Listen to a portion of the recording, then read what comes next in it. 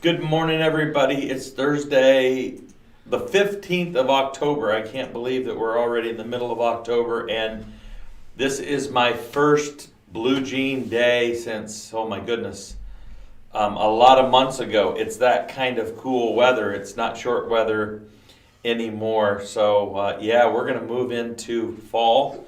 I have one of my daughters that's in the New England states for the first time experiencing the fall colors, and she is just absolutely loving it. If you've never been, again, in the New England states in October, that is a must do in your life. It's breathtaking, it is amazing, and it is worth every dollar, every gallon of gas, every hotel room stay. I would encourage you to do that. But we're getting reports and pictures from Madison.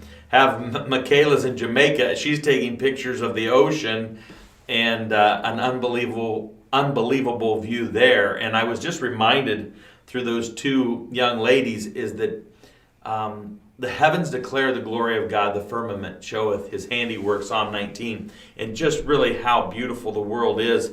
Take full advantage of wherever you're at. You may be in Adams County, Illinois, or Pittsfield, Illinois, and in Pike County. You may be across the river in Missouri.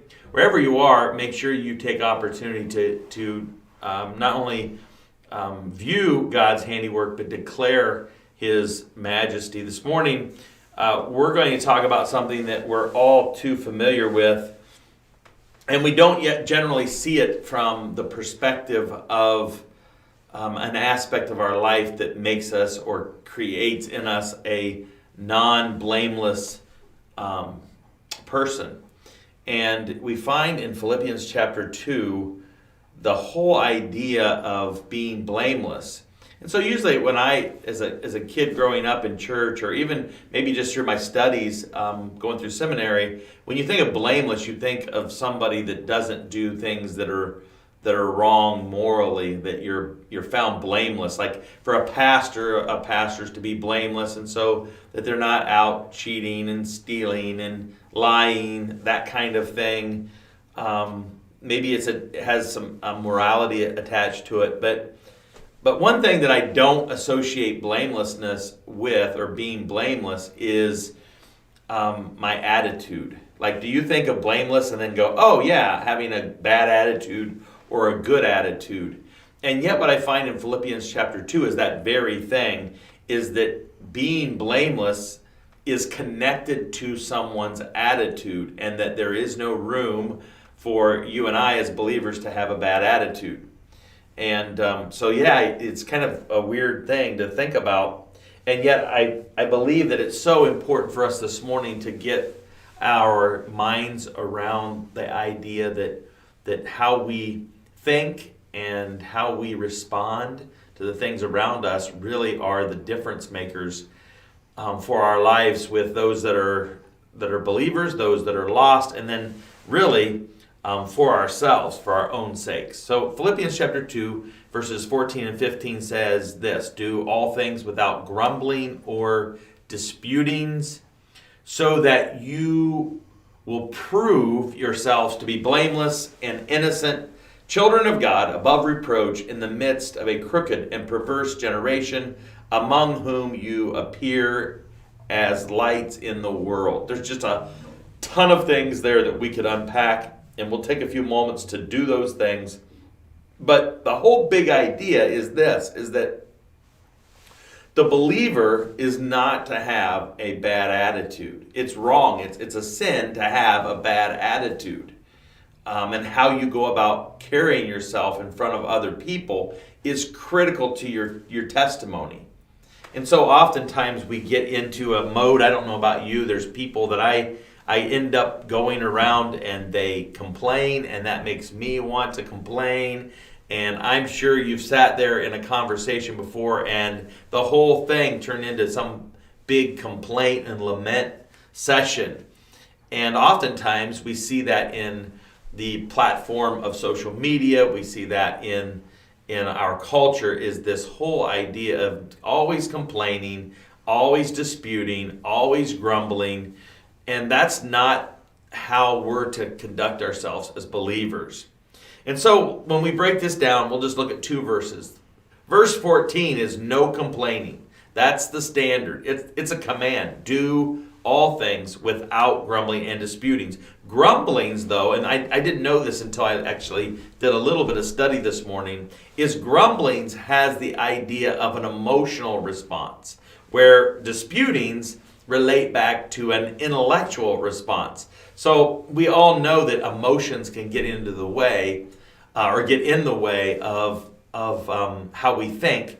And oftentimes we might end up in a state of grumbling, and that really is rooted in our emotions, where disputings come from our intellect. And so really when you put those two together, what we find is that on either account we're not to be a part of that. So in every circumstance, every situation, every trial, difficulty, struggle, or stressor, we're not to be found in a position where our attitudes are not aligning with God. There's a reason or a response in verse 15. So it's a purpose clause. The purpose clause starts like this: so that you will prove yourselves. So it's really for your sake. That you will prove yourselves to be blameless, innocent children of God, above reproach. So blameless has the idea of being without defect, pure as the wind-driven snow, so that there be no account for anyone to be able to find a fault or a blemish, a mark against someone.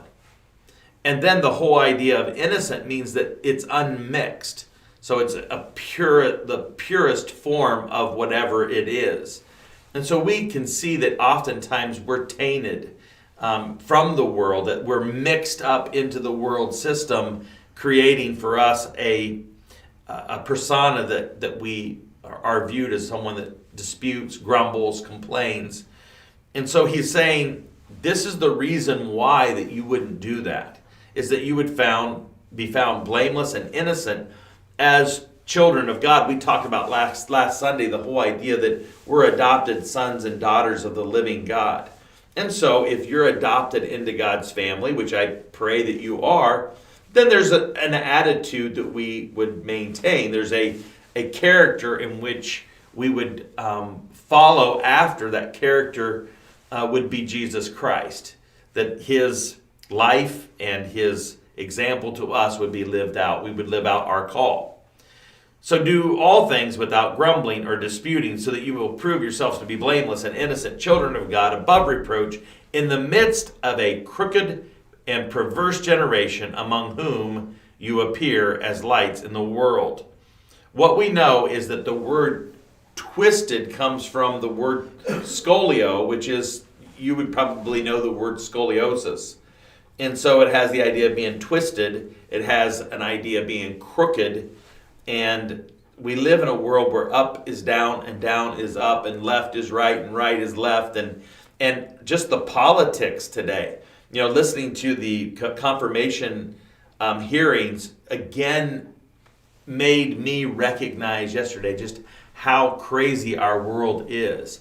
You would never think 20 years ago that if you had a woman who was the mother of, I think, 7, that has 2 adopted children, a Roman Catholic, a person that's strong in terms of belief, pro-life, conservative, that there would be any scholarly, intelligent, classy, all those things. And in our day, that is frowned upon. There are many people out there that would see her as someone that does not represent their cause or their purpose or their values. It's a crooked world. And without God, it's perverse. And we know that the whole idea of world in this particular passage has the idea that it's Satan's domain. It's his system.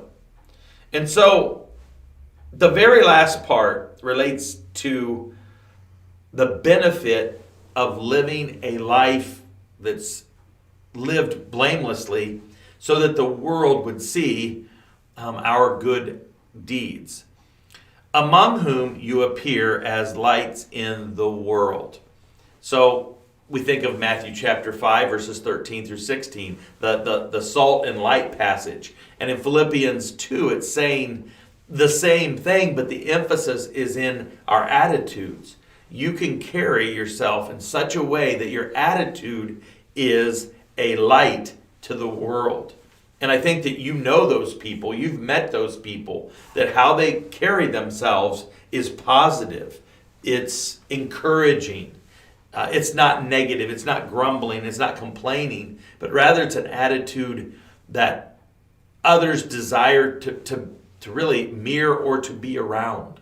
So on this Thursday, October 15th, 2020, let me encourage you to stop complaining. Stop disputing. That's probably a stop right in your home.